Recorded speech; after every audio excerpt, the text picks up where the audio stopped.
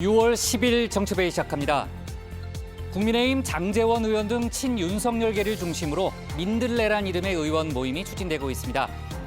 이준석 대표가 연일 비판의 목소리를 냈는데요. 사조직 구성은 당내 갈등의 씨앗이라고 했습니다.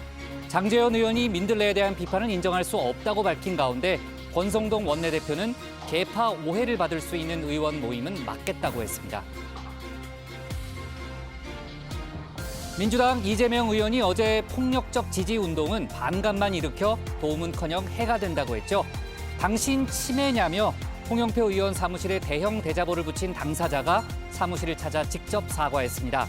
홍 의원은 오늘 사과를 받아들인다면서도 강성 지지층의 좌표 찍기 공격에 대해 당 차원에서 적극 대처할 시기가 왔다고 했습니다. 취임 한 달을 맞은 윤석열 대통령이 오늘 여당 지도부와 오찬을 함께했습니다. 대통령은 당의 수장이 아니라며 국민의힘 내부 갈등과는 선을 그었는데요. 박순애 교육부 장관 후보자의 음주운전 전력에 대해 여러 상황을 따져봐야 한다는 발언이 논란도 됐습니다. 윤 대통령은 대선 후보 시절 이재명 후보를 겨냥해 음주운전은 악질 중 악질이라고 비판했습니다. 오늘 준비한 소식 많습니다. 들어가서 본격적으로 정치부의 문을 열겠습니다.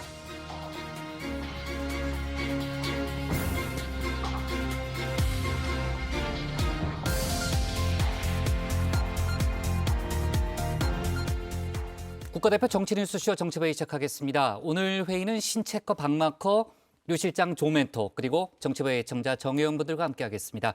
속보 실시간 반영하면서 열어놓고 회의를 진행하죠. 어제도 이준석 대표가 우크라이나에서 이제 귀국길에 올랐고 정치회의 중간에 막 도착을 했잖아요. 저희가 이제 관련 속보가 이제 많이 나와서 전달했던 기억이 있습니다. 신체커가 제일 좋아하는 금요일인데 나가서 이제 준비되는 대로 발제 준비하면 되고요. 유 실장이 활짝 웃고 있네요. 네, 금요일이라서 그런 거죠? 네. 네, 좋습니다. 뭐 더 덧붙일 말은 없어요? 네 밖에? 네, 금요일이라서 좋습니다. 네, 알았습니다. 자, 류 실장. 민들레란 이름의 의원 모임이 이제 국민의힘 내부에서 지금 이제 추진되면서 당내 분위기가 좀 시끌시끌하잖아요.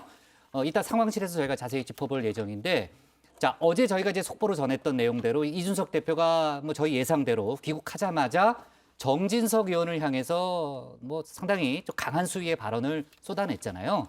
정 의원의 오늘 답변이 있었습니까? 네, 일단 그 우크라이나에 있던 이준석 대표 또 서울에 있던 정진석 부의장이 며칠 동안 실시간으로 배틀을 벌여왔었죠. 오늘은 거친 말로 부딪히지는 않았습니다. 다만 이 정진석 의원은 소위 부답, 그러니까 웃을 뿐 답하지 않는다라고 쓴 액자 사진을 올렸는데요. 소위 부답. 네. 웃기만 하고 답을 네, 하지 유명한 않는다. 글자죠. 네, 이런 네. 얘기인데요. 네, 어제 이 대표가 이렇게 공격을 한 데 대해서 답을 한 것으로 보입니다. 이 글자에 대해서 이준석 대표가 또 한마디 했는데요. 소위부답은 행동으로 하는 거지 글로 올리는 게 아니라고 다시 좀 비꼬았습니다. 네, 정말 이준석 대표는 참질 않는군요. 네, 계속해서 물론 이제 말로 이제 강한 수위의 발언이 오가진 않았지만 그 소위부답 자체가 사실 또 총성 없는 전쟁 비슷하게 또 서로 간에 좀 이제 공격과 방어가 또 이어진 그런 상황이라고 볼 수 있겠고요. 자, 민주당에서는 오늘 우상호 비대위가 공식 출범했는데 저희가 그 얘기는 이제 주민에서 자세히 짚어보도록 하겠습니다.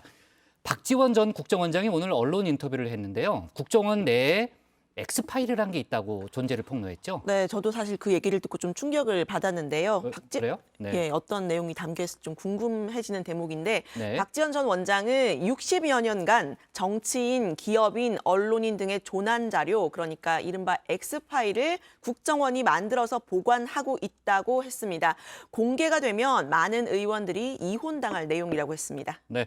박지원 전 원장은 뭐 물론 이제 대부분 이제 카더라 수준의 정보라고는 얘기했지만 아무튼 이제 문서로 기록이 돼 있기 때문에 상당히 좀 민감한 그런 내용들이 많이 있다는 거죠. 그러니까 불행한 역사인 만큼 특별법을 만들어서 자료를 폐기해야 하는데 본인이 국정원장 시절에 그걸 하지 못했다라는 그런 얘기를 했습니다. 자, 저희가 이제 관련된 내용은요, 이따 주민에서 조금 더 이야기를 해보도록 하겠습니다. 자, 오늘도 뉴스가 많은 하루인데요. 서둘러 가도록 하겠습니다. 신혜원의 뉴스픽 5부터 오늘의 정치부회의 출발하겠습니다.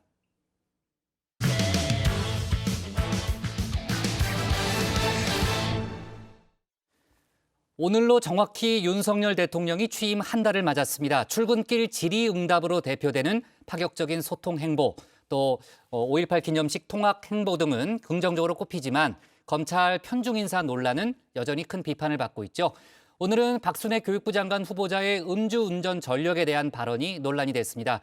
관련 소식을 신혜원 체커가 정리했습니다. 네, 가정의 시작을 알리는 코너 뉴스픽5 시작하기 전에요. 자, 혹시 정회원님들은 기념일 같은 거 잘 챙기는 스타일이신가요? 뭐 만난 지 100일, 사귄 지 1년 이런 것들이요. 자, 저는 사실 이런데 좀 무딘 스타일인데 딱 하나는 아주 제대로 챙깁니다.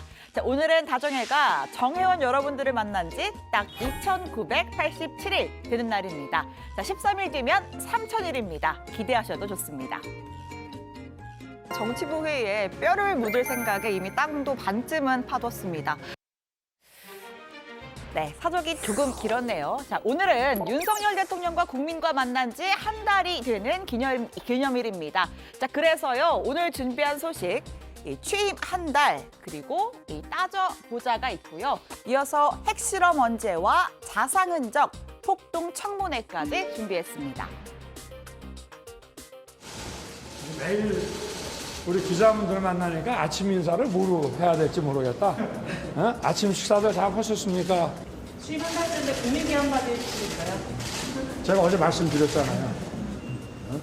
일이 중요하지. 무슨 뭐 한 달 되고 100일 되고 뭐 한다고 그래서 거기에 무슨 특별한 의미를 둘 필요가 있냐. 네, 윤 대통령도 기념일에 큰 의미를 두진 않는 스타일인가 봅니다. 그것이 무엇이 중요하냐? 일 잘하는 게 중요하지. 네, 전적으로 공감하는 바입니다. 자, 윤 대통령 후보 시절부터 결코 구중궁궐에 갇힌 제왕적 대통령이 되지 않겠다고 강조했었죠. 그간의 정치 문법을 깨고 전임 대통령들이 시도하지 않았던 새로운 행보를 선보이는 중입니다.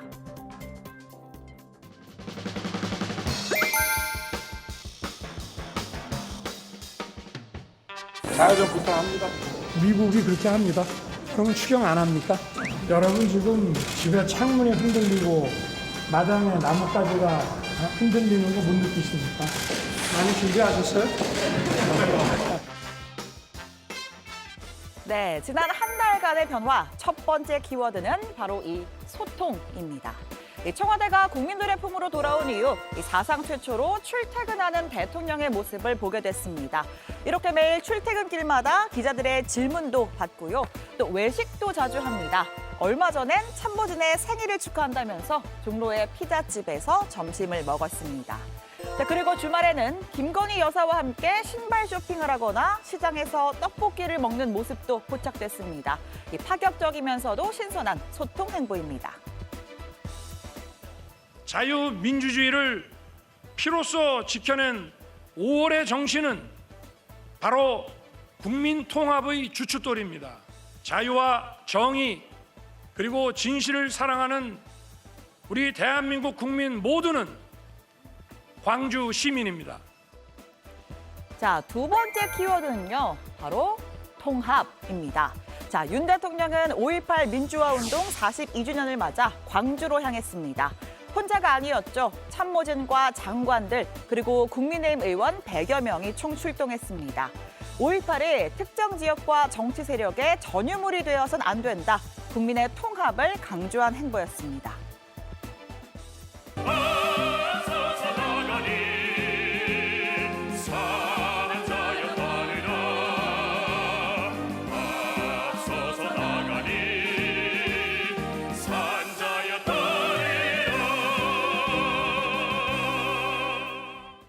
자, 이어서 세 번째 키워드입니다. 바로 스피드입니다. 윤 대통령의 유행어가 됐죠. 전국의 국민들께 빠르게 달려가십시오. 좋아, 빠르게 가! 네, 실제로도 좀 빨랐습니다. 취임 후 6일 만에 국회에서 시정 연설을 했고요. 11일 만에 바이든 대통령과 함께 한미 정상회담 가졌습니다. 역대 대통령 중 가장 빠른 한미 회담이었습니다. 또 20일 만에 코로나 손실보상 추경을 통과시키면서 대선 1호 공약 이행했습니다. 새 정부는 소상공인과 자영업자, 서민들의 부담을 조금이라도 덜어드리기 위해 빠르게 추경을 집행했습니다. 네, 여기까지는 꽤 긍정적인 행보로 보이죠. 지지율도 나쁘지 않습니다. 5월 둘째 주부터 한 달간 50% 초반대의 긍정평가 유지하고 있습니다. 부정평가도 37%에서 33%까지 소폭이지만 하락했습니다. 다만 국민들의 우려를 자아내는 행보도 분명히 존재합니다. 자, 두말할 것 없죠. 기승전 인사, 편중 인사 문제입니다. 측근 중에 최측근 한동훈 법무부 장관 지명을 시작으로 대통령실과 장차관급 인사 13명을 검찰 출신으로 채웠습니다. 이 법무행정을 담당할 최적임자라고 저는 판단했고 절대 파격 인사는 아니라고 생각합니다. 제가 그동안 해온 경험을 바탕으로 용기와 헌신으로 최선을 다할 거라는 말씀을 드리겠습니다. 아무리 능력주의라도 검찰 출신이 요직을 독점하는 건 우려스럽다 지적이 나왔죠. 야당은 물론 여당에서도 선을 좀 넘었다라는 목소리가 나왔습니다. 하지만 대통령의 소신이 확고한 듯합니다. 뭐 과거에 민변 출신들이 아주 도배를 하지 않았습니까? 글쎄 필요하면 또 해이죠. 네, 필요하면 또 쓴다. 아무리 능력주의라도 검찰 출신이 요직을 독점하는 건 우려스럽다는 지적이 이어지고 있습니다. 다양한 이해관계가 부딪히는 국가 정책에는 다양한 의견이 반영돼야 하고 인사의 다양성이야말로 이 편향된 결정을 막는 안전핀이 아닐까 싶은데요. 역대 정권들이 이 남북 분단과 동서 갈등을 치유하기 위해서 균형 인사를 해왔고 예. 배려도 해왔단 말이에요. 능력 있는 사람을 우선으로 하다 보니 그렇다라는 설명이었는데요. 그쪽에 능력 있는 사람도 많아요. 아. 저보다 추천해 주라면 많이 하겠어요. 예. 저도 능력이 있고요. 네, 윤 대통령은 오늘 국민의힘 지도부를 대통령실로 초청해 오찬을 함께 했습니다. 취임 후 첫 공식 회동인데요. 지난 6일 지방선거를 승리로 이끈 지도부에 대한 격려, 그리고 국정 운영 상황에 대한 논의도 오갔습니다. 균형 잡힌 국정 운영을 하려면 여당에서부터 쓴소리가 나와야 한다고들 하는데요. 회동에서 어떤 이야기 나왔는지 들어가서 더 이야기해 보겠습니다. 자, 오랜만에 친정 식구들 만나는 거네. 그래. 잘 지냈어요? 자, 두 번째 픽 가볼까요? 따져봐야입니다. 자, 뭘 따져본다는 건지 만취 음주운전 전력이 논란이 된 박순애 교육부 장관 후보자와 관련해 윤 대통령이 출근길에서 한 발언입니다. 자, 그 발언 듣기 전에요. 잠시 정치 원로들의 말부터 소환해 보겠습니다. 매일 아침 대통령께서 출근하시면서 기자들을 만나는 것 얼마나 신선하고 좋아요. 반드시 거기에서 윤석열 대통령이 큰 실수를 하게 될 것이다. 내가 보기에는 황홀경이 그 황홀경에 빠져 있다고 봐요. 대통령이 얘기하는 거를 그렇게 해서 안 됩니다 하는 이런 얘기를 하는 분들이 있어야 되는데. 예. 네, 이 소통 행보는 신선하고 좋지만 말의 무게를 가벼이 여겨선 안 된다는 지적입니다. 정제되지 않은 대통령의 말은 의도치 않은 논란을 불러오기도 하죠. 자, 괜히 정치 구단들이 아닐 겁니다. 우려가 일부 현실이 됐습니다. 글쎄 요새 하도 이슈가 많아가지고 제가 그 기사를 꼼꼼히 보진 못했습니다만은 그 의혹이 팩트인지 그걸 더 확인해야 되지 않겠습니까? 어떤 의혹이죠? 장관? 네? 글쎄 음주운전도 언제 한 거면 여러 가지 상황이라든가 그 가벌성이라든가 도덕성 같은 거를 다 따져봐야 되지 않겠습니까? 음주운전 그 자체만 가지고 얘기할 것이 아니고. 네, 박순애 교육부 장관 후보자는 지난 2001년 음주운전에 적발됐습니다. 당시에 혈중 알코올 농도는 0.25%, 면허 취소 기준인 0.1%를 아주 크게 웃돌았습니다. 자, 그런데 벌금 250만 원형의 선고유예라는 솜방망이 처분이 내려졌습니다. 사물분간이 어려운 상태죠. 보통 음주운전 사건에서 0.2%면은 만취 상태로 보고요. 제가 이제 형사 전문 변호사인데 제가 맡았던 음주운전 사건에서 선고유예는 단 한 번도 없었어요. 자, 이러한 박 후보자를 두고 여러 상황을 따져봐야 한다라는 대통령의 말, 음주운전을 자칫 옹호하는 것 아니냐 논란이 일 수밖에 없습니다. 대통령실 관계자는 재반 상황을 깊이 들여다보자는 뜻이었다라면서 이 박 후보자의 관련된 사항은 대통령께도 충분히 보고가 됐다고 해명했습니다. 자, 지난 대선 때로 잠깐 돌아가 보겠습니다. 민주당 이재명 당시 후보에겐 음주운전 전력이 있습니다. 윤 대통령 캠프에선 음주운전은 악질 중에 악질이라고 비판하면서 음주운전 처벌 강화 공약까지 내걸었습니다.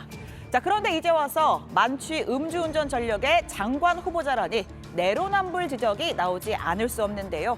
국민의힘 내부에서도 박 후보자가 사퇴해야 한다는 목소리가 나옵니다. 더군다나 이게 이제 교육부 장관이다 보니까 그렇죠. 학부모들 사이에서 상당한 좀 그런 게 비판들이 많이 있습니다. 거기다가 이게 어떻게 선고유예가 됐을까 이런 논란들도 있고.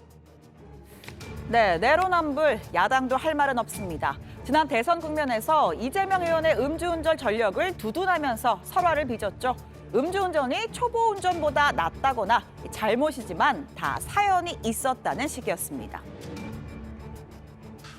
저는 음주운전 경력자보다 초보운전 경력자가 더 위험하다고 생각합니다. 음주도 제보자 얘기를 들으러 뛰어가다가 급히 간 마음이 했다는데 사랑하면 알게 되고 알게 되면 보이나니. 네, 문득 유명한 공익 광고 문구가 하나 떠오릅니다. 이 한 번의 실수로 그 사람의 인생을 다 재단할 수는 없겠지만요. 그 한 번의 실수가 누군가의 생명을 위협할지도 모릅니다. 음주운전은 범죄입니다. 자, 오늘의 세 번째 픽입니다. 핵실험 언제? 네, 어째 이번 주 내내 전한 소식 같습니다.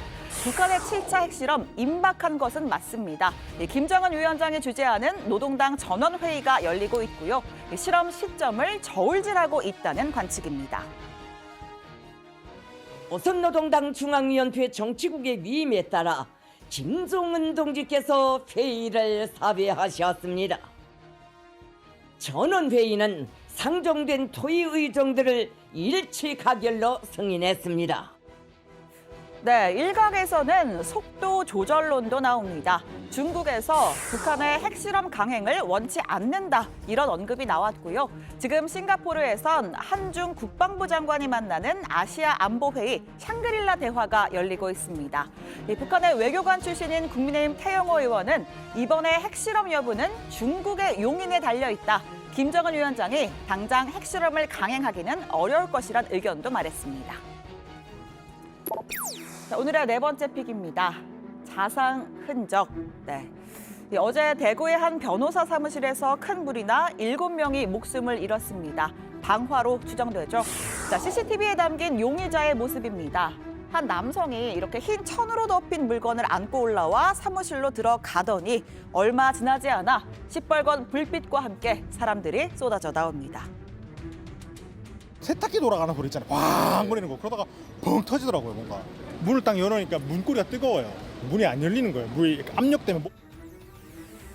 네, 사무실에 있던 변호사와 직원 등 6명 그리고 방화 용의자가 숨진 채 발견됐습니다. 이 재개발 사업 투자에 실패한 용의자가 이 시행사 대표를 고소했는데 소송에서 지자 상대 측 변호사 사무실에 불을 지른 것으로 추정됩니다. 또 피해자 2명의 시신에서 날카로운 물체에 찔린 것으로 보이는 자상 흔적이 발견됐습니다. 살해 고의성 여부를 가려낼 중요한 증거인데요. 경찰은 용의자의 컴퓨터 등을 확보해서 포렌식 작업을 벌이기로 했습니다. 오늘의 마지막 픽, 네, 폭동 청문회입니다. 자, 미국 소식인데요. 기억나실 겁니다. 2020년 미국 대선에서 패배해서 불복한 트럼프 전 대통령의 지지자들이 미 국회의사당을 습격했고 그 장면이 고스란히 전 세계에 생중계됐습니다. 정말 충격적인 하루였습니다. 그때 제가 보도했던 영상 먼저 보시겠습니다. Do not want to see our election victory stolen by emboldened radical left Democrats, which is we will never give up, we will never concede. It doesn't happen. Scaling the stairs, going past the barricades, you're right, they are now trespassing. And to Phil's point, the Capitol Police, there's simply not enough of them. They do not anticipate moments like this.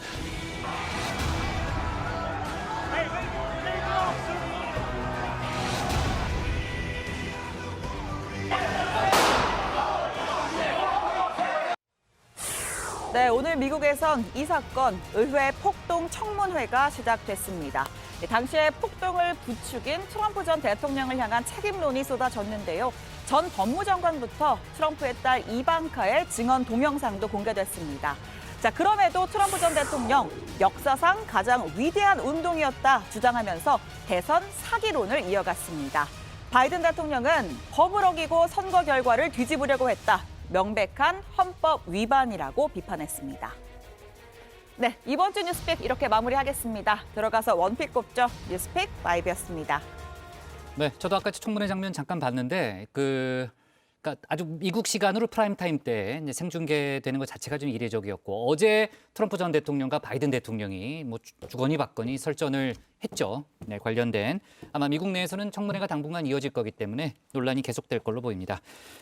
자, 윤석열 대통령이 오늘로 정확히 취임 한 달을 맞았습니다. 여러 변화가 있었고 신혜원 체커가 이제 명과 암을 잘 나눠서 설명을 했고 어쨌든 이제 매일 출근길에 질의응답을 하는 것 자체는 상당히 특이한 장면이면 틀림없습니다.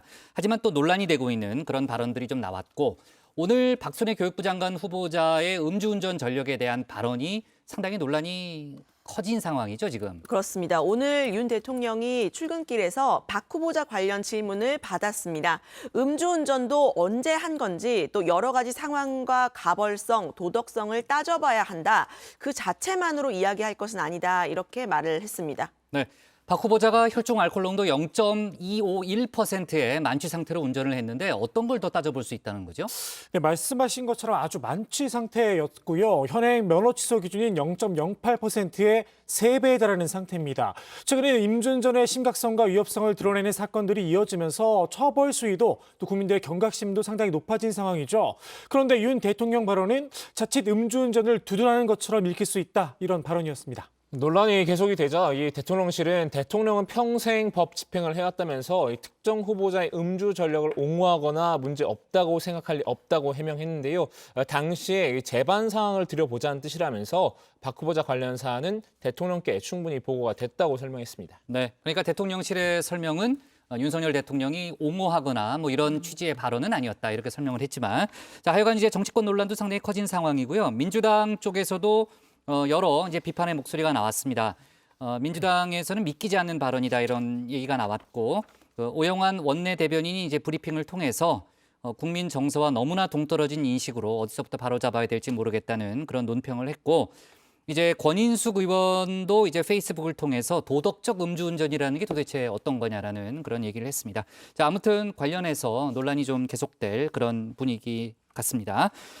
자, 오늘 출근길에서 또 나온 얘기가 이제 국민의힘 내홍과 관련된 얘기예요. 저희가 이제 그 얘기는 잠시 후에 국회 상황실에서 자세히 짚어볼 예정이긴 합니다만 윤석열 대통령은 일단 그 당의 문제, 국민의힘 내부 갈등에 대해서는 좀 선을 긋는, 거리를 두는 그런 모양새죠. 그렇습니다. 누구 편을 들어주거나 뭐 시시비비를 가리기보다는 약간 거리를 두는 모습이었는데요.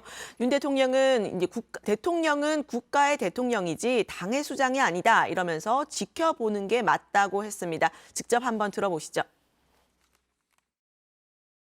여당 갈등이 전일 가경인데 오늘 오찬한테 혹시 어떤 당부해 주실지요? 갈등이 있습니까? 정치 라는 게 늘 뭐 그런 거 아니겠어요? 그리고 대통령은 국가의 대통령이지 무슨 당의 수장도 아니고 당 문제는 좀 이렇게 지켜보는 것이 맞는 것 같습니다. 네, 마침 오늘이 여당 지도부와 취임 후 첫 오찬을 함께한 날이었죠. 이 국민의힘 내용의 당사자이자 어제 우크라이나에서 귀국한 이준석 대표 당연히 참석을 했고요. 윤 대통령이 이 대표 얼굴이 좀 많이 탔다라고 하니까 이 대표가 선거 때 탄 게 아직 까맣다 이런 얘기하면서 선거 관련 덕담도 주고받고 우크라이나 이야기도 했습니다. 다만 국민의힘 내부 사정과 같은 민감한 정치 현안 언급은 없었다고 합니다. 그쪽 사람들 만나보니까 좀 어떻습니까? 대표님이 또 특사로 가시면 더 그럴 게 많은데 아직도 좀 변론이 안 났습니다. 그러니까요. 우크라이나 사람들이 하여튼 대통령 취임하신 이후에 취임사 내용까지도 파악하고 있고 자유라는 거 이런 거 강조하면서 기대치가 좀 많긴 많아서 오히려 부담스럽습니다. 굉장히 기대가 많아가지고. 네. 자, 오늘 오찬 회동에서 있었던 여러 가지 얘기들이 이제 소개가 되고 있는데 지금 이제 막 알려진 내용도 제가 좀 이제 내용을 보면서 좀 얘기를 하면요. 언제입니까? 지난달 22일 그 청와대에서 열린음악회가 열린 이후에 아마 윤석열 대통령 내외가 청와대 집무실과 관저 등을 쭉 둘러본 모양입니다. 그때 김건희 여사가 청와대 안이 이렇게 좋은지 몰랐다면서 미리 봤으면 우리도 청와대 그대로 있자고 했을 것 같다라는 그런 말을 했다는 이제 얘기를 윤석열 대통령이 오늘 참석자들에게 얘기를 했고요. 윤 대통령이 속으로 안 보여주길 잘했다 이렇게 생각했다는 그런 얘기를 하면서 참석자들이 뭐 웃음도 터뜨리는 그런 일이 있었다고 합니다.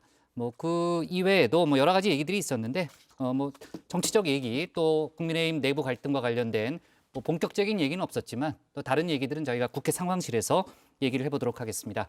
신혜원 체크가 고른 오늘의 원픽은 뭡니까? 네, 오늘 원픽입니다. 윤석열 대통령, 박순애 후보자 음주운전 논란의 상황 따져봐야입니다.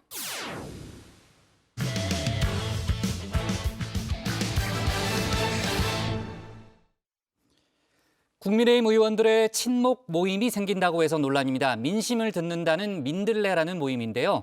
이른바 윤핵관 장제원 의원이 주도한다고 해서 친윤석열계 세력이 조직화되는 거 아니냐는 평가가 나오고 있습니다.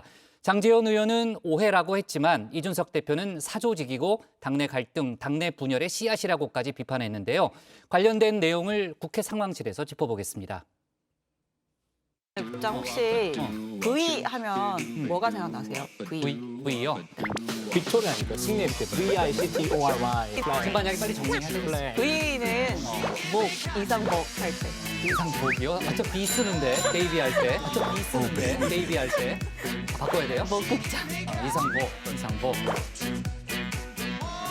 자, V 하니까 떠오르는 게 웍국장이라는 우리 신반장 역시 친웍파답습니다. 네, 이 다정회에도 친복파와 비복파가 있습니다. 대표적인 친복파는 바로 우리 신혜원 체커인데요.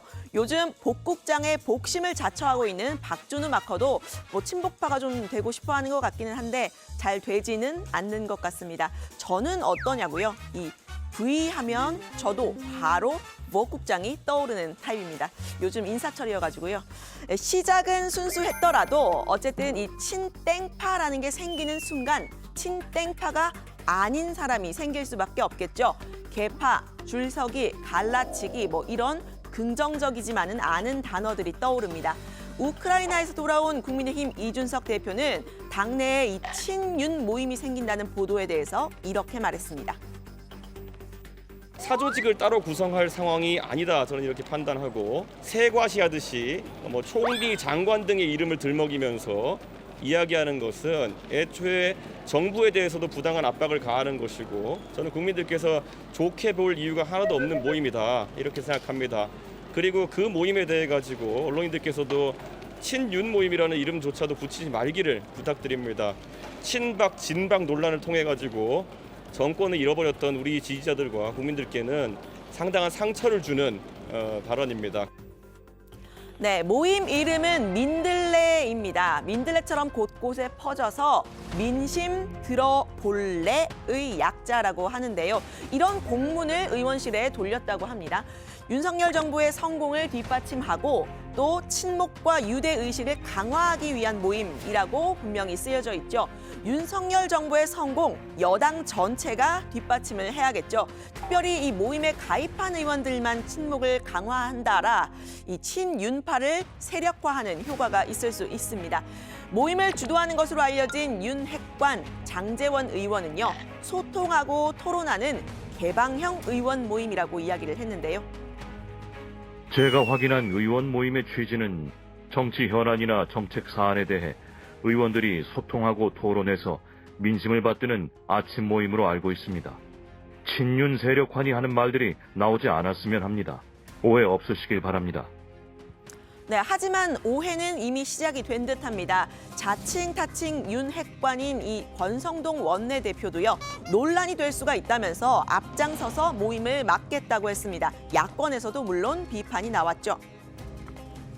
단순한 공부 모임 이상으로 비춰질 수 있는 모임은 자제를 하는 것이 맞고 당의 분열로 이어질 수 있기 때문에 제가 원내대표로서 앞장서서 맡겠습니다. 윤들레던데요. 민들레가 뭐예요? 윤심 들어볼래? 이름을 윤들레로 지키 민망해서 민들레로 지은 거 아닌가 싶은데요.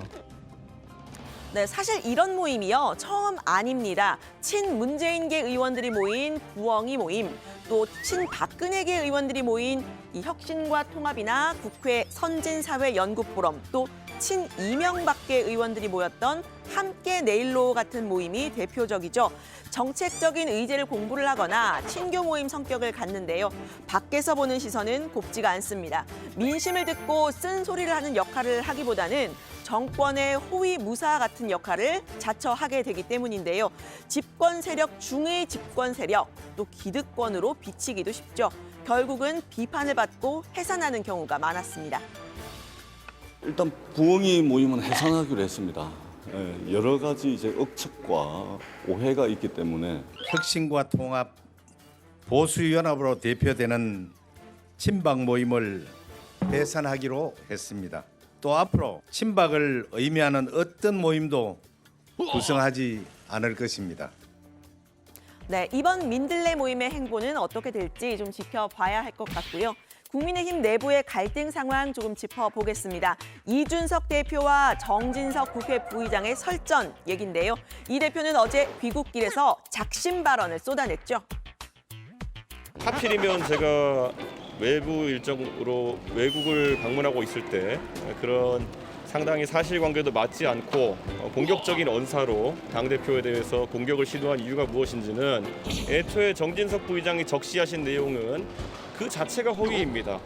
유튜브 방송에서는 할 법한 이야기를 대한민국의 국회 부의장이 말씀하셨다는 것은 첫째로는 악의가 있거나 아니면 둘째로는 굉장히 정보의 어두운 상황이었거나 이 둘 중 하나일 것입니다. 이른바 최재형 위원장을 소위 이준석계로 몰아붙이면서 이런 식으로 정치적 공격을 가하는 것은 적어도 여당 소속의 저 국회 부의장이 해서는 안 될 추태에 가깝다 저는 이런 생각을 합니다. 당 대표를 저격해가면서 자기 입지를 세우려고 하는 사람이 당을 대표하는 어른일 수 있겠습니까? 네, 이 저를 포함한 대부분의 언론이 이 두 사람의 이번 설전 차기 당권 경쟁의 신호탄이다 이렇게 분석을 했는데요. 이 대표는 당권 싸움으로 치부하지 말아달라라면서 이 정 부의장은 당권 주자가 아니라고 말을 했습니다. 그럼 뭘로 봐야 할지 좀 궁금하기는 한데요. 정 부의장은 오늘 페이스북에 소위부답이라는 한자가 적힌 액자를 올렸습니다. 소위부답, 웃을 뿐 대답을 하지 않는다라는 뜻이죠. 어제 이 대표의 말에 대한 답변인데 이 대표는 답을 하지 않겠다고 또 답을 한 거냐 이렇게 응수했습니다. 소위부답을 올리셨다는데 소위부답은 행동으로 하는 거지 소위부답을 그렇게 소위부답 하겠다고 올리는 게 소위부답이 아니거든요. 그러니까 저는 뭐 어차피 오늘 소위부답 하시겠다니까 뭐 하시면 되죠. 그러니까 그거를 나 조용히 하겠음을 글로 올려놓고 조용히 하는 경우 있나요? 그거는 뭐 저는 약간 의아한 반응이다. 네, 당에서는 두 사람의 감정 섞인 다툼 지양해야 한다는 이야기가 나왔습니다. 권성동 원내대표는 오늘부터는 이런 다툼이 수면 아래로 가라앉을 것이라고 했는데요. 국민의힘의 내홍, 민주당 입장에서는 강 건너 불구경, 팝콘 각이겠죠. 전재수 의원은 슬쩍 정진석 부의장 편을 들었습니다. 이 대표의 우크라이나 행 비판 제대로 지적했다면서 이렇게 말했습니다. 그럼 이준석 대표하고는 싸우면 안 됩니다. 싸웠다가는 끝장을 보겠다 이런 생각 없이는 섣불리 싸우면 안 돼요. 왜냐하면 지금 보세요. 끝까지 그냥 막 이 공격 본능, 공격적 성향이 우리가 뭐 많이 지켜봤지 않습니까? 네, 이준석 대표와 정진석 부의장의 신경전 일단은 소강 상태로 좀 접어든 듯한데요. 이렇게까지 치열하게 갈등으로 치달았던 이유 차기 당권 경쟁이다. 또 윤핵관 입장에서는 좀 눈의 가시 같은 이 대표를 찍어내려는 거다. 이런 여러 가지 분석이 나왔습니다. 지방선거가 끝나자마자 당내 의원 모임 민들레 얘기까지 나오면서 국민의힘 내에는 이 개파라는 게 다시 생기는 건지 논란이 뜨거운데요. 기준은 늘 국민 눈높이라는 것 잊지 않았으면 합니다. 오늘 발제는 이렇게 정리합니다. 친윤파 모임 민들레 등장의 설왕설래, 이준석 추태 발언에 정진석 소위부답. 네. 자, 친복파, 비복파 얘기를 아까 이제 유 실장이 했는데 그 나무위키인가 거기에 가면은 아예 글로 적혀 있더라고요. 그러니까 친복파는 지금 이제 보도국 정치부장하는 이제 정강용 전 반장하고 이제 신혜원, 그다음에 비복파는 사건 반장 진행하는 양원보와 지금 뉴스룸에 그 백브리핑 진행하고 있죠. 최종혁 그렇게 돼 있습니다 지금. 네. 그 박마커는 비복파잖아요. 저는 참복파입니다. 참복파. 그래요? 그 참진, 실장은 이제 진성, 친복파에 들어오겠다는 거죠? 그럼요. 아 근데 부국장. 개파가 이렇게 좀 좋은 게 아니라는 취지로 지금 발치를 한 거잖아요. 지금 논란이 되고 있다고. 그런 거 네, 아니에요? 근데 좀 또 어쩔 수 없는 부분도 또 있는 것 같아요. 그래요? 살다 보면. 알았습니다. 예. 살다 보면. 아까 근데 인사처리라고는 왜 붙인 거예요? 그냥 되게 순수하게 잘 나가나 싶었는데. 네, 순수한 뜻이었습니다. 네, 알았습니다. 자, 윤석열 대통령과 이준석 대표 등 국민의힘 지도부 오찬 얘기 앞서 저희가 뉴스픽에서도 간단히 얘기했고요. 앞에 뉴스픽에서는 이제 저희가 우크라이나 이제 갔던 얘기하고 또 이제 청와대 개방 관련된 여러 가지 얘기를 했다고 들었는데 당내 갈등에 대해서는 뭐 특별히 얘기가 없었다고 앞에 잠깐 얘기했지만 정말로 얘기가 없었어요. 네, 뭐 아까 국장 말씀하신 것처럼 뭐 우크라이나 얘기, 김건희 여사 얘기, 청와대 얘기 많은 이야기들을 나눴는데 이준석 대표가 오늘 오찬에서는 이 정치적 현안 얘기는 안 했다 이렇게 밝혔습니다. 말 그대로 뭐 화기애애하게 덕담 나누고 뭐 인사 나누는 분위기였다고 하는데요. 앞서 출근길에 윤석열 대통령이 당내 갈등에 대해서 뭐 정치라는 게 늘 그런 거 아니냐, 뭐 대통령은 당의 수장이 아니다. 지켜보는 게 맞다라고 말을 했었습니다. 뭐 이에 따라서 별다른 언급하지 않은 것으로 보입니다. 자, 이준석 대표는 대통령은 당의 일에 최대한 불합리하게 관여하지 않으려고 노력하는 게 당선인 시절부터의 철학이라고 말했습니다. 네. 자, 오늘 당내 모임 민들레 관련한 논란이 지금 이제 국민의힘 내부에서 상당히 크게 불거진 상황이고 정치권 내에서도 사실 이제 많이 얘기가 오가고 있는데 오늘 오찬에서는 민들레의 민자가 안 나왔다는 거죠? 그렇습니다. 이준석 대표는 이 민들레 모임과 관련해서는 당 지도부끼리 모여서는 얘기를 좀 했지만 대통령과는 대화하지 않았다고 했습니다. 대통령께 당내 자잘한 사조직 얘기 꺼낼 정도로 그런 심각한 자리 아니었다 이렇게 말을 했는데요. 이 대표는 민들레 모임에 대해서 어제부터 오늘 아침까지 강한 어조로 비판을 했는데 오늘 오찬에 다녀와서는 여러 경로로 소통을 했다. 민들레 구성원들도 역할과 고민이 있는 것 같아서 평가하는 발언을 좀 쏟아내기는 좀 그렇다고 이야기를 했습니다. 네. 자, 그나저나 어제도 저희가 이제 속보로 전했는데 이준석 대표와 정진석 국회 부의장 간의 갈등. 아까 이제 권성동 원내대표는 가라앉는 분위기라고 얘기를 했습니다만 어떨 것 같아요, 박마커? 이대로 끝나는 겁니까? 뭐 더 커질 것 같아요? 아까 이제 류 실장과 국장이 이제 오프닝에서 말씀을 하셨지만 일단 정 부의장이 소위 부답, 즉 웃을 뿐 답하지 않는다라는 글귀를 올리면서 뭐 더 이상은 확전하지 않을 것으로 보이는데요. 이 이준석 대표 대 윤핵관의 갈등이라는 얘기도 나왔었죠. 이 확전이 되지 않는 걸 보면 이준석 대 윤핵관이라기보다는 그냥 이준석 대 정진석의 갈등인 것 같다라는 얘기가 나왔습니다. 김용태 최고위원은 정 부의장의 발언에 윤석열 대통령의 의중이 반영된 거 아니냐 이런 세간의 의견에도 선을 그었습니다. 만약 그렇다면 정진석 의원님 말씀 뒤에 소위 윤핵관을 자처하는 분들께서 정 의원님의 말씀을 두둔하거나 이렇게 하셨어야 하는데 당내에서 어느 누구도 그러지 않았어요. 그렇기 때문에 저는 정진석 의원님께서 독자적으로 판단하시고 말씀하신 것 같습니다. 김용태 최고위원은 이번 논란이 너 몇 살이야 문화의 또 산물이다 뭐 이런 표현도 썼고 민주당에서는 이번 갈등을 또 열심히 지켜보고 있잖아요. 아까 이제 전재수 의원의 발언도 저희가 들어봤는데 또 한편으로는 이준석 대표 찍어내기다 이런 분석도 있었죠. 네, 그렇습니다. 총선 공천권 등 당 주도권을 둘러싼 당권 경쟁이다 이렇게 보는 시각이 있었고요. 또 이른바 윤핵관들 입장에선 이준석 대표가 눈에 가시어서 찍어내려고 하는 게 아니냐 이런 시각이 있었습니다. 민주당 신경미 전 의원은 5월 내내 이준석 아웃설이 정치권에 돌았다 이렇게 밝혔는데요. 선거를 앞두고 있는 시기여서 실행에 옮기지 못했던 것 같다라고 했습니다. 그러면서 당초 이 대표의 징계를 논의하기로 했었던 윤리 날짜에 주목을 했습니다. 이제 6월 2일 날 징계위원회를 잡더라고요. 그래서 선거 다음 날인데 얼마나 미웠으면 이건 증오나 미움을 넘어서서 그냥 1분 1초도 보기 싫은 느낌이 그 태길에서 읽혀지더라고요. 네, 증오나 미움을 넘어선 정도의 그 정도의 강도의 그 태길이었다는 그런 분석이었고요. 자, 지금 이제 국민의힘 윤리가 지금 얘기했던 신경민 전 의원이 얘기했던 2일에서 이제 24일로 지금 이제 미뤄진 상황입니다. 24일을 앞두고 뭐 상당히 지금 긴장이 높아진 상황이고 김종인 전 비대위원장은 성상납 관련 증거를 수집하기 위해서 날짜가 연기된 거 아니냐는 그런 분석을 하기도 했는데요. 자, 아무튼 이제 그 결과에 따라서 국민의힘 당내 갈등이 어느 쪽으로 치달을지 좀 결정될 것으로 보입니다. 사람들이 많이 주목하고 있는 그런 상황이고요. 이준석 대표 또 정진석 부의장과 논쟁을 벌였던 혁신이 본격적으로 지금 추진되고 있는 상황이죠. 네, 그렇습니다. 이제 오늘 이 대표는 최재형 혁신위원장과 면담을 했는데요. 이 최 위원장이 가능하면 다음 주에 혁신위 구성을 마치겠다는 계획이라고 밝혔습니다. 그러니까 현재로서는 규모를 15명 정도로 예상한다라고 했는데요. 이 당초 계획했었던 9명보다 늘어난 겁니다. 최 위원장은 이 대표와 가까운 인사로 혁신위가 구성된 것 아니냐 이런 질문에 그건 기우라고 선을 그었는데요. 당 대표와 지도부도 혁신 대상이라고 말했습니다. 혁신 역할에 대해서도 말을 했는데 직접 들어보시죠.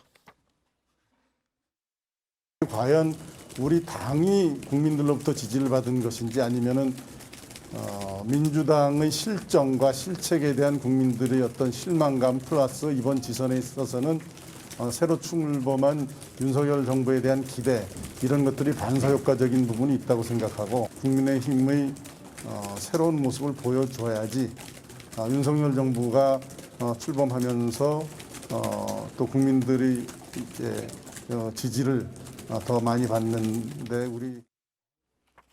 네.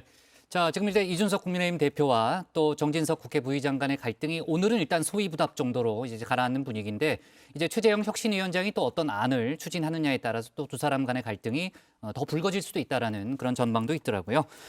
그리고요, 유 실장. 국민의힘 성일종 의원이 임대주택에서 정신질환자가 나온다 이런 발언을 해서 상당히 논란이 됐죠. 네, 어제 이제 했었던 발언인데요. 논란이 좀 큰 것 같아서 제가 잠깐 나가서 설명을 좀 드리도록 나가서 한다고요? 네, 좀 잠깐 나가서 드리겠습니다. 네, 천천히 나가요. 네? 좀 나가는 김에 박준우 마커 이것 좀 빌려요. 네. 좀 빌려서 얘기를 해보겠습니다. 먼저 이 국민의힘 성일종 의원이 했던 문제의 발언 직접 들어보시죠. 여기 또 못 사는 사람들이 많습니다. 임대주택에. 그래서 정신질환자들이 나옵니다. 이거 방치할 수 없습니다. 사회 문제가 됩니다. 네, 정신질환자들을 격리하는 건 국가의 책임이다. 이런 취지로도 말을 했는데요. 비판이 쏟아졌습니다. 민주당은 혐오와 차별이 국민의힘을 지탱하는 힘이냐라고 했고요. 정의당도 사과를 요구했습니다. 임대주택 거주자들을 못 사는 사람들이라고 낙인 찍고 못 사는 사람들이 정신장애를 겪을 가능성이 크다는 편견을 담은 발언은 매우 부적절합니다. 성일종 정책위 의장은 당장 임대주택 거주자와 정신장애인에게 정중히 사과하십시오. 네, 논란이 되자 성 의원은 그런 뜻이 아니었다. 임대주택의 환경을 개선하자는 제안을 한 것이었다. 이렇게 해명을 했는데요. 오해하시거나 그런 부분이 있으면은 죄송하다는 말씀을 드리고요. 주거 환경을 개선하고 그리고 그 생활 환경을 좀 더 쾌적하게 해드려야 되겠다. 네, 실제로 제가 성 의원이 한 얘기를 좀 살펴봤더니 법 개정을 해서 동네 주치 제도를 운영해야 한다. 이런 제안도 했습니다. 소득과 정신질환의 상관관계도 제가 자료를 좀 찾아봤는데요. 보험연구원에서 발간한 정신질환 위험 보장 강화 방안 자료에 따르면요. 저소득층이 정신질환에 취약한 경향 있다고 되어 있습니다. 다만 사실관계가 맞다고 해도 혐오 표현이 될 수 있다고 하는데요. 어떤 특정 집단의 범죄율이 높다거나 정신질환 발생 빈도가 높다 이렇게 말하는 것은 그 사실 여부와 무관하게 어떤 특정 집단에 대한 편견을 강화하고 또 차별과 배제로 이어질 수도 있고요. 일종의 혐오 표현에 해당한다고도 할 수 있을 것 같습니다. 네, 정치인의 무신경한 말들, 또 막말들 이번이 처음은 아닙니다. 보통은 사회적인 약자를 비하하게 되는 경우가 많은데요. 정치인들의 말은 영향력이 크기 때문에 더욱 신경을 써야 한다는 게 국가인권위의 지적입니다. 근데 그런 신체 장애인보다도 더 한심한 사람들은 제가 말을 잘못했습니다. 정치권에서는 와서 말하는 거 보면은 저게 정상인가 싶을 정도로 그런 정신장애인들이 많이 있습니다. 그 사람들까지 우리가 포용하기는 좀 누가 당신한테 자격받았어? 위원장님 웃기고 왔냐면 국제사회에서 이러한 위협적 도발을 멈추라고 난리도 아닌데 이 민주당 정권은 어떻게 했습니까? 도발이라는 말도 못한 벙어리 행세를 했죠. 네, 유 실장이 오늘 관련 발제를 하나 더 했네요. 네, 저 일하는 걸 너무 좋아가지고요. 아, 일하는 네. 걸 좋아해요. 네, 친복파로 받아들이겠습니다. 네. 네, 좋아요. 자, 오늘 상황실 발제는 이렇게 정리하겠습니다. 친윤파 모임 민들레 등장의 설왕설래, 이준석 추태 발언에 정진석 소위 부답으로 제목을 잡겠습니다. 다음은 박준우 마커의 주민으로 갑니다.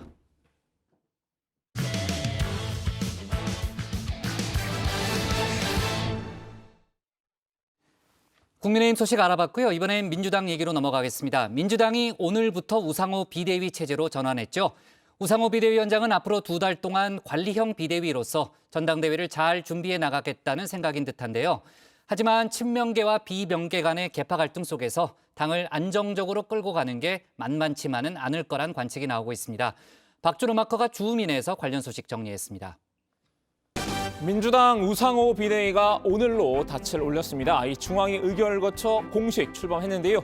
민주당은 지방선거에 패배하면서 이 기존 비대위 해체 뒤 다시 새로운 비대위를 구성하는 비대위 후 비대위 상황에 몰렸죠. 연이은 선거 패배로 인한 혼란을 수습하고 차기 지도부 선출을 위한 전당대회까지 당을 안정적으로 관리한 게 우상호 비대위의 역할일 텐데요.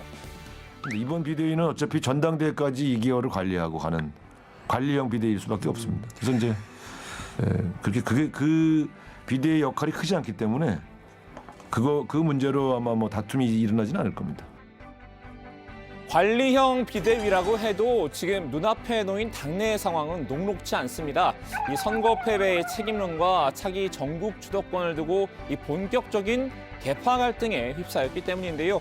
오늘 주민은 이런 계파 갈등 속에서 우상호 비대위가 넘어야 할 이 3개의 허들을 차례로 살펴보겠습니다. 모든 후보들이 동의한다라고 하면 충분히 변경 가능하다라고 저는 생각이 됩니다. 근데 모두 동의할 수 있을까요? 동의를 이끌어내야 된다라고 생각이 됩니다. 저희 당대표 출마하시는 분들이 당원들과 민심의 표를 두려워한다라고 하면 출마 자격이 저는 없다라고 생각이 됩니다. 자, 먼저 첫 번째 허들 볼까요? 전당대회 룰입니다. 지금 당은 이 친명계와 비명계 둘로 갈라진 상태죠. 양측은 당 대표 선출을 위한 룰 문제를 두고 맞서고 있습니다. 이재명 의원, 이 대외적으로는 활동을 자제하고 있지만요. 이 측근 그룹과는 활발히 소통하고 있다고 하는데요. 이 친명계는 이 의원의 전당대회 출마 가능성을 크게 보고 있는 듯합니다. 정말 많은 분들의 의견을 듣고 어떤 것들이 좋은 어떤 방향일지를 고민하고 있는 거고요. 예. 그 고민하는 방향에 이재명 어떤 개인의 정치라든가 이런 것들보다 우리 민주당 그리고 우리 국민을 생각하는 그런 어떤 공당으로서의 큰 방향과 쇄신이 중요하다고 생각이 됩니다. 모든 가능성이 열려 있다는 말은 이 NCND, Neither Confirm Nor Deny와 같은 뜻이죠. 이 출마 가능성에 대해 긍정도 부정도 하지 않는 건데요. 제 개인 경험칙에 따르면 저 정도의 워딩이라면 보통 출마에 좀 더 무게를 두고 있는 경우가 대부분이었던 것 같습니다.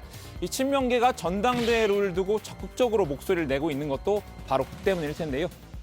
첫 번째는 대의원과 권리당원의 표의 등가성 문제인데요.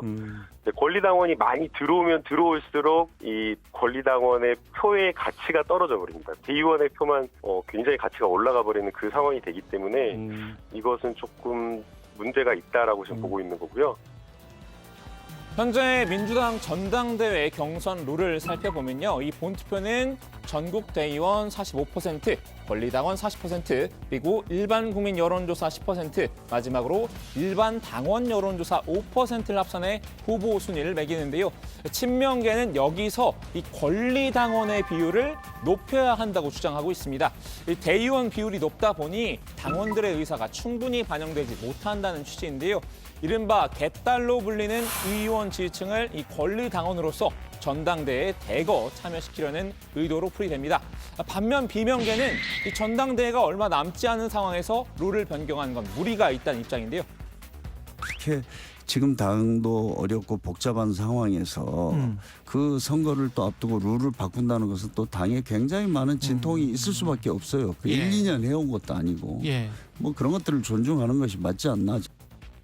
네, 비명계이자 핵심 친문인 홍영표 의원이죠. 이 차기 전당대회 주자로 거론되고 있는 인물인데요. 이런 양측의 의견이 대립하고 있는 상황에서 우상호 위원장은 일단 원칙론을 내놨습니다. 우리 당에서 룰 변경할 때 항상 전제 조건은 주자 간에 합의를 하거나 아니면 우리 당 구성원의 60-70% 가까운 분들이 공감대를 형성한 경우에만 룰을 변경할 수 있죠. 일단 관리자로서 최대한 중립을 유지하겠다는 의지가 엿보이는데요. 여기에 지도체제 변경 역시 갈등의 새로운 쟁점으로 떠올랐습니다. 우상호 비대위가 넘어야 할 이 두 번째 허들인데요. 친명계는 단일성 지도체제, 비명계는 집단 지도체제에 무게를 실고 있습니다. 이 당대표와 최고위원을 나눠 뽑는 현재 전당대회 체제에서는 대표가 공천 등에 더 많은 결정권을 갖게 되죠. 이 선출 과정에서부터 둘 사이 계급과 권한이 명확히 구분이 돼 있는 건데요. 이게 대표 1인 중심의 단일성 지도체제입니다. 반면 집단 지도체제는 대표와 최고위원을 분리해서 선출한 게 아니라 일괄 선출하는 방식인데요. 그렇게 지도부를 구성하는 방식입니다. 그게 무슨 얘기냐면 대표 뽑고 최고위원 뽑고 이 따로 뽑지 않고 한꺼번에 뽑았습니다. 예. 거기서 최다 득표한 최고위원을 대표로 했었죠. 예. 그렇게 원트랙으로 했었어요. 예. 그게 사실상의 집단 지도 체제죠. 그게 말하자면은 책임과 권한을 공유하는 겁니다. 그러니까 이 전당대회에서 1등을 차지한 최고위원 후보가 대표가 되는 거죠. 이 당대표란 타이틀은 갖게 되지만요. 실질적으로는 1등 최고위원으로서 그 권한 역시 독점이 아니라 이 나머지 최고위원들과 나눠 갖는 건데요. 어제 비명계가 선수를 쳤습니다. 이 친문인 강병원 의원을 중심으로 한 재선 의원들이 이 집단 지도체제 구성의 뜻을 모았다고 밝혔는데요. 우리가 야당으로서 보다 다양한 의견들이 지도부 내에서 나오고 또 이런 부분들에 관해서 최대한 국민들께도 다가가는 민심을 반영하기 위한 지도체제로서 통합형 집단 지도체제가 적합하다 이렇게 뜻을 모았고 집단 지도체제를 택하면 특정 계파에 힘이 쏠리는 걸 방지할 수 있죠. 이 지도부가 여러 계파로 구성될 가능성이 크기 때문인데요. 하지만 친명계는 반발하고 있습니다. 이 집단 지도체제가 자칫 지도부를 봉숭아 합당으로 만들 수도 있다는 우려를 나타내는데요. 혁신과 거리가 먼 구태 정치라고도 직격했습니다. 이 계파 간 공천권 나눠먹기로 비춰질 수도 있다는 겁니다. 저는 순수 집단 지도체제로 갔을 때 당 내에 여러 과점한 계파의 당장의 어떤 갈등을 막을 수는 있겠지만 오히려 상시적 갈등을 외재하게 만들어서 일명 봉숭아 합당이라고 하죠. 그리고 혁신과 이게 맞는 방향인지도 모르겠습니다. 일종의 계파 간의 공천을 또 나눠먹는 지분을 챙기는 어떤 그런 문제도 가지고 있어서 우상호 비대위의 마지막 허들, 팬덤 정치입니다. 이 개딸들의 정치 훌리건 행태가 도마 위에 올랐죠. 이 선거 패배를 두고 이재명 책임론을 제기한 홍영표 의원 지역구 사무실에 인신 공격성 대자보를 붙인 건데요. 이재명 강성 지지자들이 비명계의 좌장격 인사를 공격한 셈입니다. 홍 의원의 지역구 사무실에는 이렇게 기다란 대자보가 붙었다고 하죠. 치매가 아닌지 걱정된다. 중증 애정결핍 증상이다. 이런 내용들이 담겼는데 이재명 의원의 지지자들, 이른바 개딸들이 붙였다고 합니다. 홍 의원, 과거엔 강성 지지층의 목소리도 민심으로 받아들였던 분이죠. 그 강성 지지층 성향이 친문일 땐 말이죠. 제가 어떻게 보면 정치인 중에 문자 폭탄을 가장 많이 받는 사람 중에 하나일 겁니다. 저는 그냥 그것을 어떤 민심의 소리로 듣습니다. 듣고 솔직히 좀 심하다 그러면 안 봐요, 저는. 하지만 이 막상 강성 지지층이 친문에서 친명으로 바뀌고 보니 뒤늦게 문제의식이 생겼나 봅니다. 이제 더 이상 팬덤 정치를 그대로 둬선 안 된다고 목소리를 높였습니다. 사실은 이런 것들이 그냥 어떻게 보면 당내에서 일어나는 일이고 그래서 다 침묵하고 있었는데 좀 이런 문제에 대해서는 근본적인 성찰이나 대책이 필요하다 이렇게 저는 봅니다. 그래서 뭐 당내에서 요즘에 이런 것들에 대해서는 더 이상 우리가 어떤 관용을 베풀어서는 안 된다. 이걸 그냥 우리가 불가피한 것 아니냐라고 이렇게 방치하다가 계속 상황이 좀 악화돼 가는 것 같아요. 이재명 의원 역시 그간 잠자코 있던 1인일 텐데요. 오히려 개딸들을 지켜 세워왔죠. 소위 개딸 현상, 양아들 현상에 대해서 여러 가지 의견이 있긴 한데 저는 이게 세계사적인 의미가 있는 새로운 정치 행태라고 생각해요. 하지만 이제는 이 의원도 지지자들의 과격한 행위에 공개 제동을 걸기 시작했습니다. 이 비호감 지지 활동이 저는 물론 민주주의 발전에 도움은커녕 해가 됨을 알 수 있다고 부정적 입장을 밝힌 건데요. 이 의원의 한마디에 이 대자보를 붙인 개딸이 홍 의원 사무실을 찾아 직접 사과했다고 하는군요.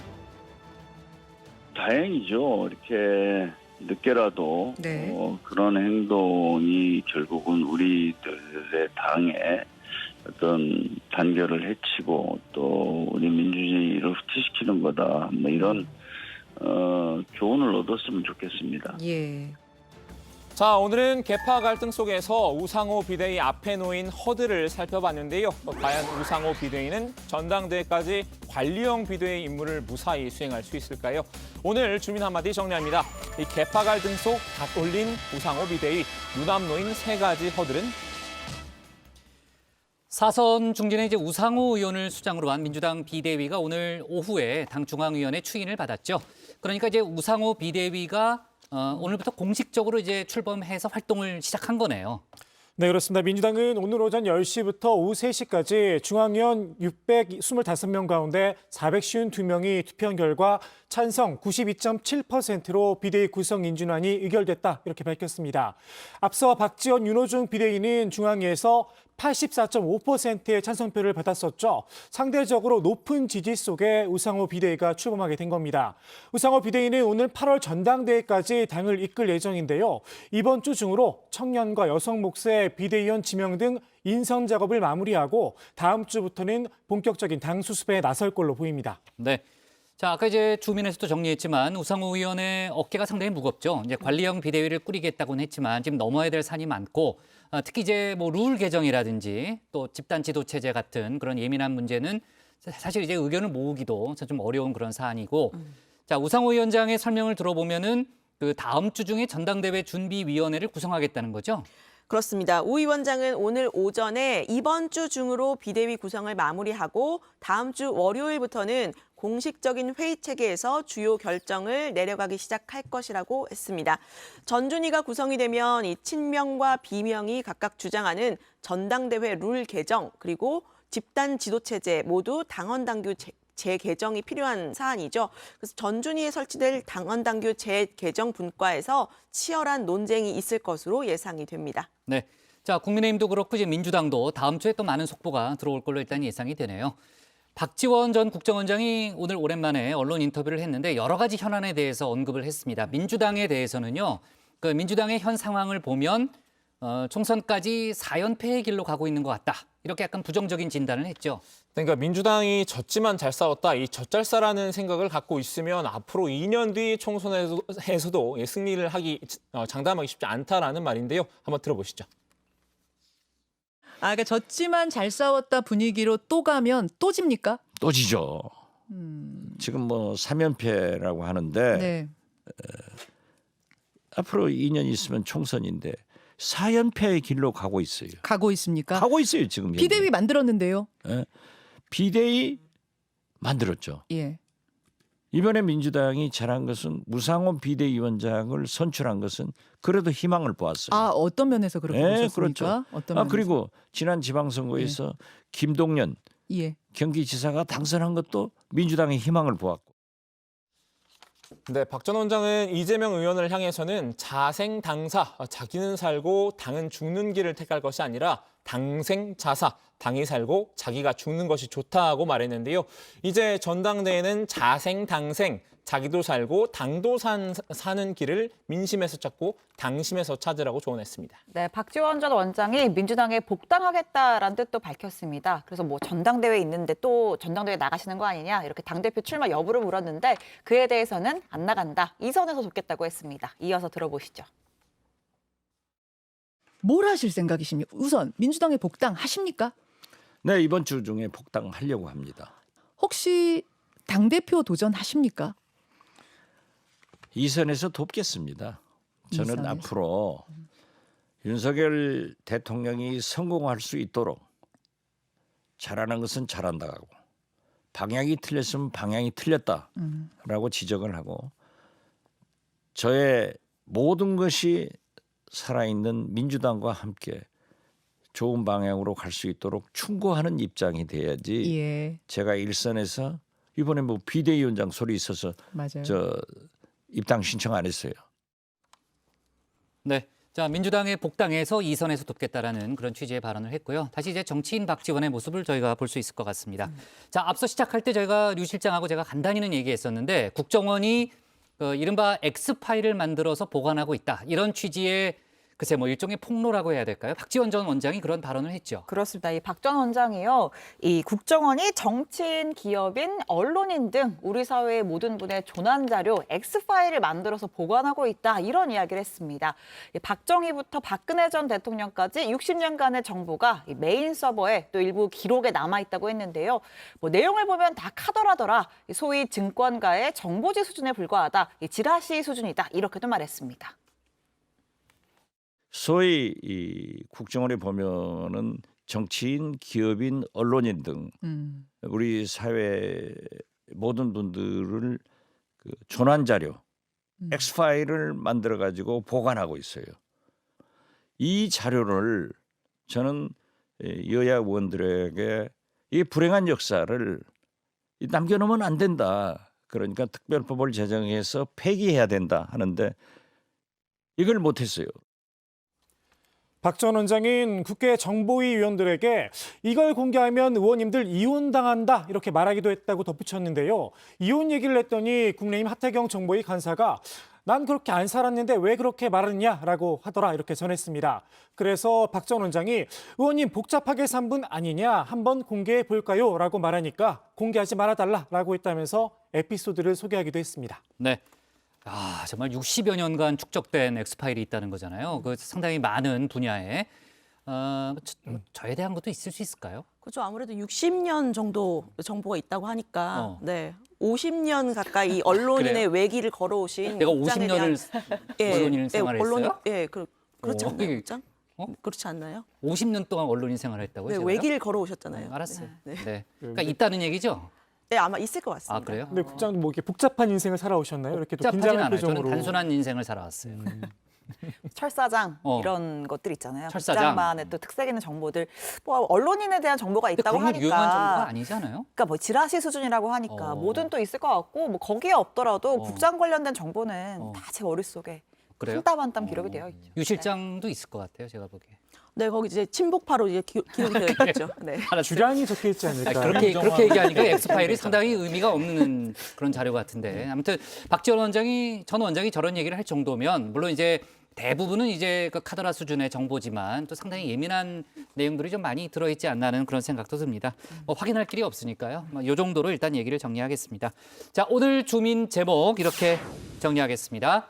계파 갈등 속 출범한 우상호 비대위 눈앞 허들 세 가지 눈으로 제목을 잡겠습니다. 자, 그러면은 좀 다른 얘기로 좀 이어가 볼게요. 일단 아까 국민의힘 저희가 내부 갈등 얘기를 하면서 민들레 얘기를 했잖아요. 민들레처럼 곳곳에 퍼져서 민심 들어볼래의 약자다라는 얘기를 했고 당내에서 이제 여러 가지 논란이 일고 있다는 얘기를 했는데 이제 이준석 대표는 사조직 구성이 이제 당내 갈등의 씨앗이라고 얘기를 했고 권성동 원내대표는 오해를 부를 수 있는 개파는 막겠다 이런 발언을 했죠. 자, 조금 전에 들어온 속보를 보니까 그 모임을 주도하고 있는 게 이용호 의원이라고 하네요. 예, 이용호 의원이 언론 인터뷰를 한 내용을 보니까 예정대로 모임을 출범시킬 거다라는 그런 발언을 했고요. 의원들의 자발적인 모임을 금지시킬 수 없다. 뭐 그런 얘기를 했고 현재까지 30여 명이 참여 의사를 밝혔고 그중에 친윤계가 아닌 사람들도 있는데 장제원 의원이 참여하는 바람에 이제 오해가 커졌다는 게 이제 이용호 의원의 분석이고 오픈 플랫폼으로 만들어가겠다라는 그런 얘기를 했습니다. 자, 조금 전에 들어온 속보 얘기를 했고요. 자, 문재인 전 대통령 얘기를 좀 해볼게요. 문재인 전 대통령이 소셜 미디어에 책을 한 권 소개했다는 거죠, 조멘토. 네, 그렇습니다. 김희교 광운대 교수가 쓴 짱깨주의의 탄생이라는 책인데요. 한국 언론 등이 중국을 독재 국가로 규정하는 건 서구식 민주주의 관점에 입각한 시각이다. 이런 비판의식을 담고 있는 책입니다. 책 서문에는 짱깨라는 표현 역시 서구 인종주의가 지닌 혐오를 그대로 품고 있다 이렇게 지적하기도 했는데요.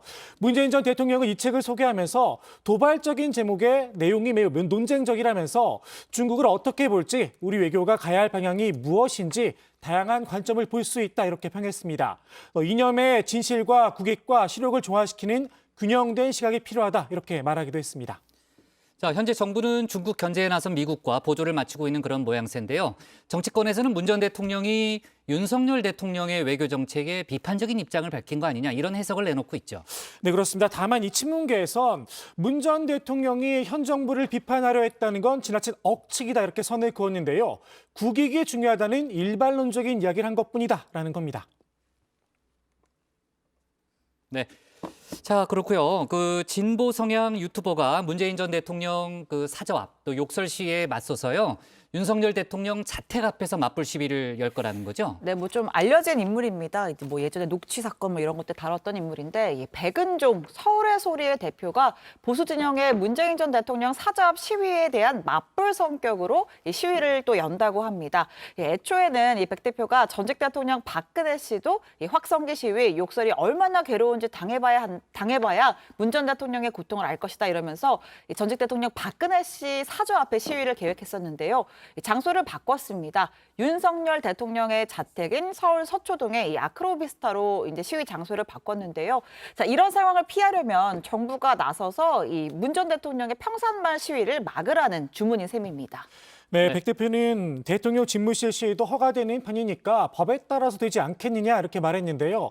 앞서 윤 대통령이 법대로 하면 된다는 취지의 발언에 대응한 것으로 보입니다. 윤 대통령과 아크로비스타 주민들도 당해봐야 한다면서 법대로 아크로비스타 앞에서 시위를 하겠다고 했는데요. 14일부터 시위를 한다고 합니다. 네. 자, 민주당은 문 전 대통령 사저 앞에 시위를 막기 위해서 집시법 개정안을 추가로 발의했는데 어떤 내용이 들어있나요? 네, 그 박광원 의원이 대표 발의한 법안인데요. 이른바 이 헤이트 스피치, 이제 특정 집단에 대한 공개적 차별이나 이 혐오 발언을 뜻하죠.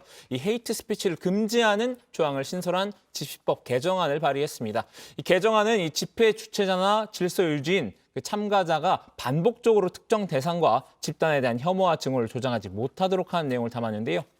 네, 공포심이나 불안감을 유발하는 음향이나 영상을 반복적으로 재생하는 행위도 금지 대상에 포함이 됐습니다. 일부 보수 유튜버들의 문 전 대통령 사저 앞 집회, 사실상 헤이트 스피치에 해당한다고 보고 법으로 금지를 하겠다는 겁니다. 개정안은 또 집회 시위 금지 사유예요. 소음과 진동, 타인의 인격권을 심각하게 침해하는 모욕 등으로 사생활의 평온을 현저히 해칠 우려가 있는 경우를 추가했습니다. 네. 자, 박광원 의원을 포함해서 민주당 의원 15명이 이 법안에 이름을 올렸는데요. 국민의힘은 내로남불이다 이렇게 지적을 하고 있다는 거죠. 네, 이 권성동 원내대표가요. 이 민주당이 집시법 개정안을 잇따라 발의한 데 대해서 내가 하면 양념이고 남이 하면 혐오냐 이렇게 비판을 했습니다. 표현의 자유를 넘어선 심한 욕설과 혐오를 조장하는 시위에는 단호히 반대한다. 하지만 과연 민주당이 헤이트 스피치를 금지할 자격이 있는지 의문이다 이렇게 쏘아붙였습니다. 들어보시죠. 헤이트 스피치의 원조는 다름 아닌 민주당의 강성 지지층입니다.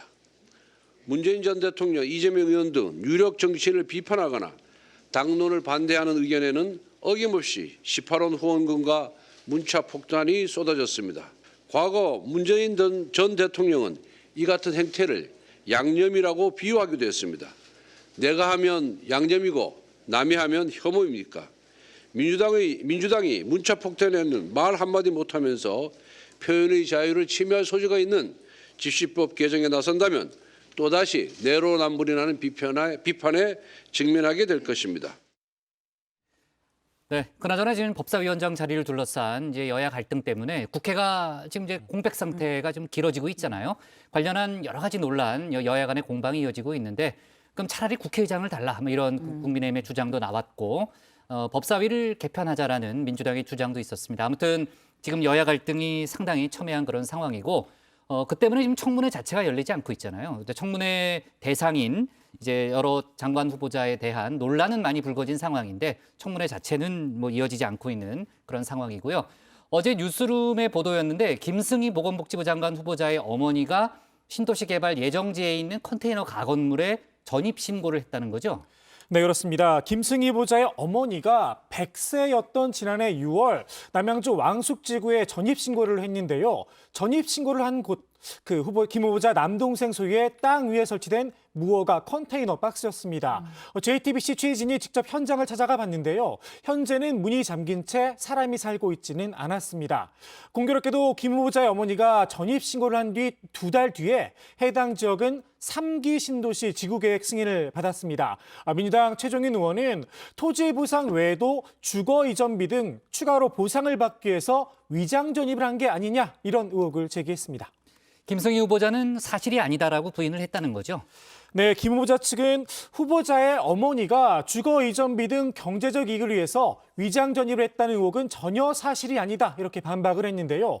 의혹의 중심이 된 토지와 건축물 등은 주거 이전비와 이사비 지급 대상이 아니었다면서 김 후보자의 어머니가 주거 이전비 등을 신청한 사실도 없다 이렇게 설명을 했습니다. 또 김 후보자의 어머니가 전입신고 10여 년 전부터 해당 컨테이너를 설치해서 농사와 숙직을 위한 간이 수소를 사용해왔다 이렇게 밝혔는데요. 쉽게 말해서 컨테이너를 농막처럼 사용을 했다라는 겁니다.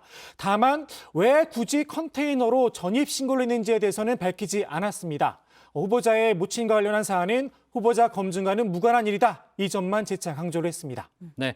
자, 박순애 사회부총리 겸 교육부 장관 후보자 관련해서는 앞서도 저희가 이제 윤석열 대통령의 발언을 얘기하면서 간단히 저희가 짚어는 봤는데 윤석열 대통령이 이제 여러 가지 음주운전 관련한 정황을 좀 살펴볼 필요가 있다라는 그런 발언을 했잖아요.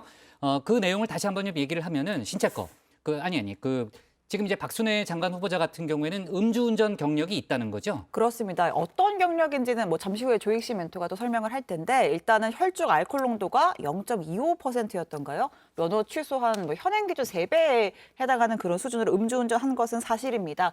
그래서 이제 논란이 불거지니까 오늘 윤 대통령 출근길에 기자들이 물었습니다. 이 박 후보자의 음주운전 논란 어떻게 보시냐 이렇게 질문을 했더니 윤 대통령이 대답하는 것이 이 음주운전도 언제 한 것인지 여러 가지 상황과 가벌성, 도덕성 등을 따져봐야 한다. 그 자체만으로 이야기할 것은 아니다. 이렇게 답변을 했는데요. 자칫 음주운전을 다소 옹호할 수 있는 발언으로 읽혀질 수 있어서 또 논란이 됐습니다. 대통령실에서는 재반 사항을 따져봐야 한다는 이야기다. 이렇게 수습을 하긴 했는데요. 정치적 파장은 조금 있는 상황입니다. 네, 조메토 판결문 내용이 정확히 어떤 거예요? 네, 판결문에 따르면 박 후보자는 지난 2001년 12월 서울 중구의 한 도로에서 만취 상태로 운전을 하다가 경찰에 적발이 됐는데요. 당시 박 후보자의 혈중 알코올 농도는 0.251%, 주치 상태였습니다. 검찰은 박 후보자를 도로교통법 위반 혐의로 250만 원 벌금형에 약식 기소를 했습니다.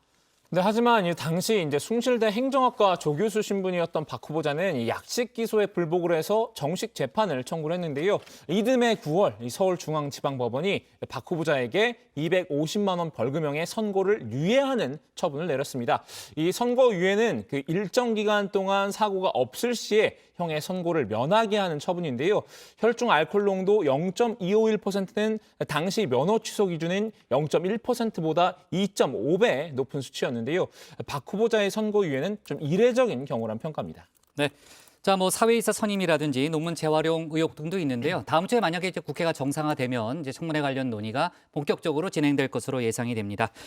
자, 오늘 정치부에는 여기까지 하겠습니다. 저희는 다음 주 월요일 오후 4시 40분에 다시 찾아뵙겠습니다.